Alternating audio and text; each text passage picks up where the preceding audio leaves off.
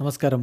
Raf talk ഫുട്ബോളിലേക്ക് അവർക്കും സ്വാഗതം. കോൺമബോളിൻ്റെ വേൾഡ് കപ്പ് ക്വാളിഫയറിൽ അർജൻറ്റീന ഇന്ന് ഉറുഗ്വായുമായിട്ട് ഏറ്റുമുട്ടുകയാണ്. ഇന്നെന്ന് പറയുമ്പോൾ സാങ്കേതികമായിട്ട് നമുക്ക് നാളെ പുലർച്ചെ 5 മണിക്കാണ് ആ കളി നടക്കുന്നത്. അതിന് മുന്നോടിയായിട്ട് ഇന്നലെ മാധ്യമങ്ങളെ കണ്ടപ്പോൾ Argentine coach Lionel Scaloni Leo മെസ്സിയുടെ ആബ്സൻസിനെ കുറിച്ചും അതുപോലെ തന്നെ ലൗട്രോ മാർട്ടിൻസിൻ്റെ ആബ്സൻസിനെ കുറിച്ചുമൊക്കെ സംസാരിക്കുകയുണ്ടായി. മെസ്സിയെക്കുറിച്ച് അദ്ദേഹം പറയുന്നത്, തീർച്ചയായിട്ടും ഞാൻ കുറച്ച് സമയമായിട്ട് ലിയോയുമായിട്ട് സംസാരിച്ചു കൊണ്ടിരിക്കുന്നുണ്ടായിരുന്നു.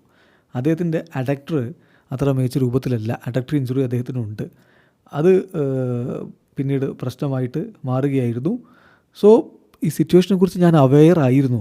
ബട്ട് അൺഫോർച്ചുനേറ്റ്ലി ദൗർഭാഗ്യകരമാണ് അദ്ദേഹത്തിന് ഇവിടെ എത്താൻ പറ്റാത്തത്. തീർത്തും ദൗർഭാഗ്യകരമാണ്.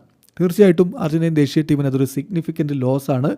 എങ്കിലും ടീം സാധാരണ ഒരു ടഫ് ഓപ്പണൻറ്റിനെ എങ്ങനെ നേരിടുമോ അതുപോലെ തന്നെ ഈ കളിക്ക് വേണ്ടി ഒരുങ്ങുകയും ചെയ്യും. പിന്നെ ലൗട്രോയുടെ കാര്യത്തിൽ എല്ലാവരും മെസ്സി ഇല്ല എന്ന് പറഞ്ഞപ്പോൾ whenever Leo is not there, അങ്ങനെ വരുന്ന ഏത് ഘട്ടത്തിലും എല്ലാവരും ചോദിക്കുന്ന കാര്യമാണ് ഹൂലിനും ലൗട്രോയും ഒരുമിച്ച് കളിക്കില്ലേ എന്ന്. ഇനീഷ്യലി ഞങ്ങൾ അദ്ദേഹത്തെ കളിപ്പിക്കാമെന്ന് കരുതി അദ്ദേഹത്തെ കൗണ്ട് ചെയ്യുന്നുണ്ടായിരുന്നു. ബട്ട് ഞങ്ങൾ പിന്നീട് മനസ്സിലാക്കി അദ്ദേഹത്തിന് പരിക്കുണ്ട് എന്ന്. ലക്കിലി ഞങ്ങൾ ആ സമയത്ത് ഈ കളിക്ക് വേണ്ടിയിട്ടുള്ള പ്രിപ്പറേഷൻ ആരംഭിച്ചിട്ടുണ്ടായിരുന്നില്ല.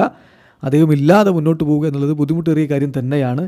എത്രയും പെട്ടെന്ന് അദ്ദേഹം റിക്കവർ ആവും എന്ന് തന്നെയാണ് ഞാൻ പ്രതീക്ഷിക്കുന്നത്. ഇതാണിപ്പോൾ കോച്ച് പറഞ്ഞിരിക്കുന്നത്. അതോടൊപ്പം ഇന്നത്തെ കളിക്ക് ഇന്നലെ ചോദിക്കുമ്പോൾ അദ്ദേഹം പറയുന്നത് തൻ്റെ ഫസ്റ്റ് 11 എങ്ങനെയാണെന്ന് പൂർണ്ണമായിട്ടും തീരുമാനിച്ചിട്ടില്ല എന്ന്. കാരണം ഒരുപാട് പേര് ട്രെയിനിങ്ങിലൊക്കെ ആബ്സെൻ്റ് ആയിരുന്നു. അപ്പോൾ അതിന് അദ്ദേഹം പറഞ്ഞത് 90% എങ്ങനെയാണ് ടീം എന്നുള്ള കാര്യത്തിൽ ഞാനൊരു തീരുമാനത്തിലെത്തിയിട്ടുണ്ട്.